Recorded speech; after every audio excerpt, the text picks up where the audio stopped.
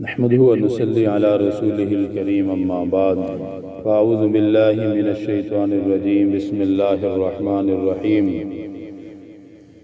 لتنذر قوما ما انذر آباؤهم فهم غافلون لقد حق القول على أكثرهم فهم لا يؤمنون إنا جعلنا في أعناقهم أغلالا فهي إلى الأذقان فهم مقمحون وجعلنا من بين أيديهم سدا ومن خلفهم سدا فأغشيناهم فهم لا يبصرون وسواء عليهم أأنذرتهم أم لم تنذرهم لا يؤمنون صدق الله العظيم۔ سورہ یاسین کا تذکرہ چل رہا ہے۔ سورہ یاسین قرآن پاک کا دل ہے اور نبی پاک صلی اللہ علیہ وآلہ وسلم نے اس سورہ یاسین کے بے شمار فضائل بیان فرمائے۔ اس لیے ہر مسلمان اپنی صبح سورہ یاسین کی تلاوت کے ساتھ ضرور کرے، اس سے سارا دن انسان کے کام میں برکت ہوتی ہے اور اللہ تعالیٰ انسان کی حاجات کو بھی پورا فرما دیتا ہے۔ کوئی پریشانی ہو، مصیبت ہو، نبی پاک صلی اللہ علیہ وآلہ وسلم کی ذات پر درود پڑھے اور اس کے ساتھ سورہ یاسین کی تلاوت کرے تو انشاءاللہ اللہ تعالیٰ مسائل کو حل فرما دیتا ہے۔ اس سورہ مبارکہ میں اللہ تعالیٰ نے ان آیات میں اس مضمون کو ذکر فرمایا کہ مکہ المکرمہ میں سب سے پہلے حضرت ابراہیم علیہ السلام نے اپنے اہل خانہ کو آباد فرمایا۔ حضرت ابراہیم علیہ السلام اللہ تعالیٰ نے ان کو نعمت عطا فرمائی بیٹے کی۔ انہوں نے بڑھاپے میں اللہ تعالیٰ سے مانگا تھا، اللہ تعالیٰ نے ان کو بیٹا عطا فرمایا۔ پھر اللہ تعالیٰ نے حضرت ابراہیم علیہ السلام کا یہ امتحان لیا کہ اپنی بیوی اور اپنے بیٹے کو جنگل بیابان میں چھوڑ کر آؤ۔ اللہ تعالیٰ کے حکم سے وہ چل پڑے، اپنی بیوی کو لیا حضرت ہاجرہ اور اپنے بیٹے حضرت اسماعیل علیہ السلام کو سواری پر بٹھایا اور نکیل پکڑ کے چلتے رہے۔ جب جنگل بیابان بالکل ایسا علاقہ کہ جہاں انسان تو دور کی بات، کوئی چرند پرند بھی نظر نہیں آ رہا اور پانی کا بھی کوئی انتظام نہیں، زندگی کے گزارنے کے جو ظاہری اسباب ہیں ان میں سے بھی کوئی سبب وہاں موجود نہیں تھا۔ حضرت ابراہیم علیہ السلام نے اپنے اولاد کو، اپنے بیٹے اور اپنی بیوی کو بیت اللہ شریف کے قریب اتارا، وہاں ان کو بٹھایا، اللہ کے حکم سے خود واپس چلے گئے۔ اللہ تعالیٰ نے حضرت اسماعیل علیہ السلام کے قدموں سے پانی جاری کیا، زمزم کا پانی جاری ہوا۔ پھر آہستہ آہستہ وہاں آبادی ہونے لگی، قبیلہ جرہم والے آئے، پھر اس کے ساتھ اور لوگ آئے۔ چونکہ وہاں پانی تھا، کنواں تھا، اور پانی کا کنواں بھی اتنا میٹھا کہ جو بھی وہاں سے گزرتا، جو بھی خانہ بدوش بالخصوص جو جگہ کی تلاش میں کہ اپنے لیے کوئی جگہ وہ مقرر کریں رہنے کی، تو وہ وہاں حضرت ہاجرہ کی اجازت سے رہنا شروع ہو گئے، جس کی وجہ سے اللہ تعالیٰ نے ایک پورا شہر آباد فرما دیا، جس کو آج مکہ المکرمہ کہا جاتا ہے۔ ساری دنیا سے وہاں لوگ اللہ کے گھر کی زیارت کے لیے آتے۔ پہلے یہاں کچھ نہیں تھا، جنگل بیابان تھا، تو حضرت اسماعیل علیہ السلام وہاں رہے، پھر حضرت ابراہیم علیہ السلام نے بیت اللہ کو تعمیر کیا، تو اس طرح لوگوں کو اللہ کا پیغام بھی سناتے رہے۔ حضرت ابراہیم اور حضرت اسماعیل علیہ السلام کے بعد ایک عرصہ دراز تک یہاں کوئی نبی نہیں آیا۔ مکہ المکرمہ میں بالخصوص اہل حجاز میں کوئی نبی نہیں آیا، بہت لمبا عرصہ گزر گیا، جس کی وجہ سے لوگ بت پرست ہو گئے۔ اتنے بت پرست ہوئے کہ انہوں نے بیت اللہ شریف کے اندر بھی بت لا کر رکھ دیے، ان کی پوجا کرنے لگ گئے، ان سے مانگنے لگ گئے، اور ایک دو نہیں 360 بت، جتنے سال کے دن اتنے ہی بت انہوں نے رکھے ہوئے اور ان سے مانگتے تھے۔ اور گھر ہے اللہ کا اتنا عظیم گھر، ساری کائنات میں سب سے اعلیٰ اور بلند و بالا گھر، اس کے اندر بھی لوگوں نے بت رکھ دیے۔ جب ایک لمبا عرصہ گزرا تو اللہ تعالیٰ نے نبی پاک صلی اللہ علیہ وآلہ وسلم کو وہاں مکہ المکرمہ میں پیدا فرمایا، آپ وہاں تشریف لائے، اور حضرت ابراہیم علیہ السلام نے تقریباً 2000 سال سے ہو سکتا ہے زیادہ ہی وقت گزر گیا ہو حضرت ابراہیم علیہ السلام اور آپ صلی اللہ علیہ وسلم کے درمیان، بہت لمبا عرصہ ہے۔ اور حضرت ابراہیم علیہ السلام نے دعا اس وقت مانگی جب بیت اللہ شریف کو تعمیر کیا، ربنا وابعث فیہم رسولا من انفسہم، کہ اللہ ان کے اندر یہاں کوئی رسول مبعوث فرما۔ اب اتنے پہلے وقت گزر گیا دعا مانگے ہوئے، اللہ تعالیٰ نے پھر اس دعا کا اثر مکے والوں کو دیا۔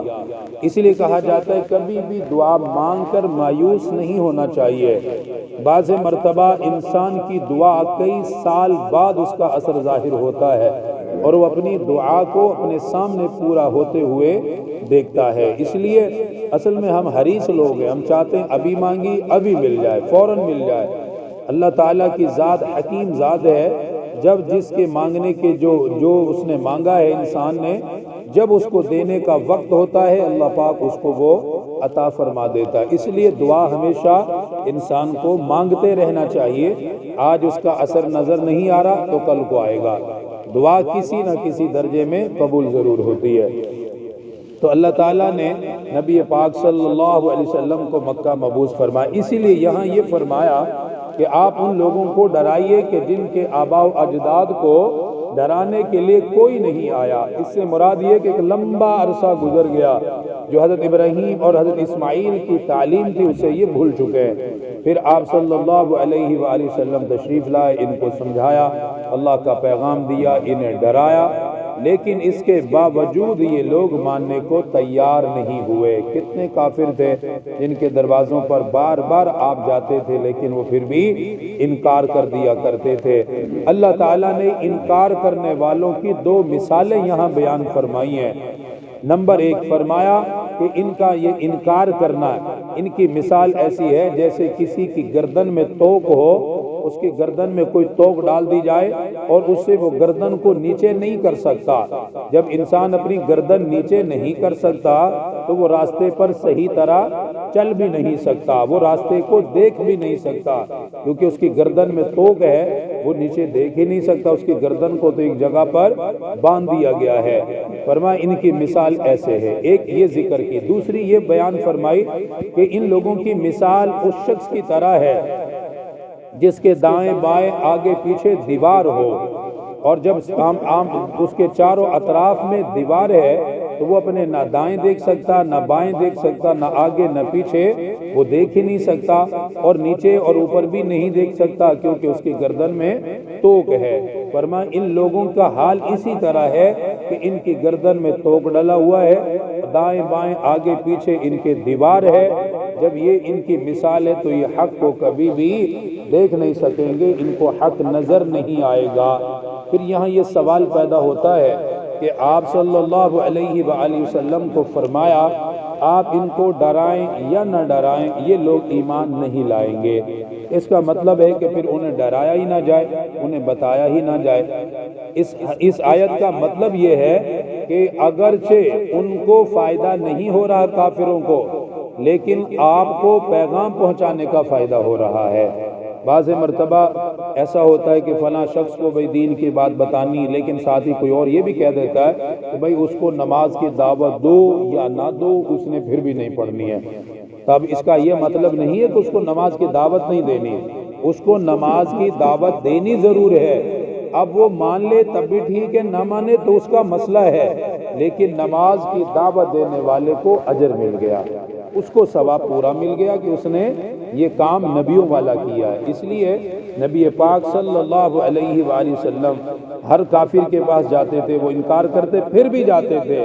اللہ تعالیٰ نے یہ نہیں فرمایا کہ آپ ان کے پاس جائیں نہ ان کو دعوت ہی نہ دیں، یہ فرمایا کہ آپ کوشش کرتے رہیں، باقی یہ لوگ ایسے ہیں کہ مانیں گے نہیں، لیکن آپ کی دعوت کا آپ کو فائدہ ضرور ہوگا۔ دیکھیں ان مضامین کو اللہ تعالیٰ نے یہاں ذکر کیا ہے۔ فرمایا لِتُنذِرَ قَوْمًا مَّا أُنذِرَ آبَاؤُهُمْ فَهُمْ غَافِلُونَ، آپ کو بھیجا اس لیے ہے تاکہ آپ ڈرائیں ایسی قوم کو کہ جس کے آباء و اجداد کو کوئی ڈرانے والا نہیں آیا، اب کوئی نہیں آیا تو فہم غافلون، ان کی حالت یہ بن گئی کہ وہ غفلت میں پڑے ہوئے ہیں۔ یعنی ایک لمبا عرصہ گزر گیا کہ یہاں مکہ میں اور بالخصوص اہل عرب کو ڈرانے والا کوئی نہیں آیا، آپ ان کو اللہ کا پیغام دیجئے۔ پھر فرمائے لقد حق القول على اکثرهم فهم لا يؤمنون، یہ بات ثابت ہو چکی ہے ان میں سے اکثر لوگوں پر کہ وہ ایمان نہیں لائیں گے۔ بہت سارے لوگ ہیں، بہت کافر ہیں جن کو آپ سمجھا رہے ہیں، بتا رہے ہیں، لیکن ان کے دل اتنے سخت ہو گئے کہ وہ ایمان نہیں لاتے۔ اب ان کی مثال اللہ نے بیان کی کہ یہ کیوں نہیں لاتے، دو مثالیں۔ انا جعلنا فی اعناقہم اغلالا، فرما یہ ایسے ہیں کہ جیسے ہم نے ان کی گردن میں توق ڈال دیا، فہی الی الاذقان، اور وہ توق ان کی ٹھوڑیوں تک ہے، ان کی ٹھوڑی تک وہ توق آیا ہوا ہے، تو جب توق ان کی گردن میں ہے تو وہ دیکھ بھی نہیں سکتے نیچے۔ فہم مقمحون، ان کی گردن میں توق ہے کہ وہ اپنے سروں کو ہلا نہیں سکتے، وہ دیکھ ہی نہیں سکتے نیچے کیا ہے، جب دیکھ نہیں سکتے تو راستہ نظر نہیں آئے گا۔ دوسری مثال وَجَعَلْنَا مِن بَيْنِ أَيْدِيهِمْ سَدًّا، ہم نے بنا دی ہے ان کے آگے دیوار، وَمِن خَلْفِهِمْ سَدًّا، ان کے پیچھے دیوار، فَأَغْشَيْنَاهُمْ فَهُمْ لَا يُبْصِرُونَ، پھر اس نے ان کو اس طرح ڈھانپ دیا کہ وہ دیکھ نہیں سکتے، ان کو کچھ نظر نہیں آ سکتا، وہ کچھ سوچ نہیں سکتے، نہ دائیں نہ بائیں، ان کو کچھ نظر نہیں آئے گا۔ پھر فرمایا وَسَوَاءٌ عَلَيْهِمْ أَأَنذَرْتَهُمْ، برابر ہے یہ دونوں چیزیں کہ آپ ان کو ڈرائیں، ام لم تنذرہم، یا نہ ڈرائیں، لا یؤمنون، یہ لوگ ایمان نہیں لائیں گے کیونکہ ان کے دل بالکل سیاہ ہو چکے ہیں۔ لیکن آپ کو فائدہ ضرور ہوگا کہ آپ ان کو اللہ کا پیغام دے رہے ہیں۔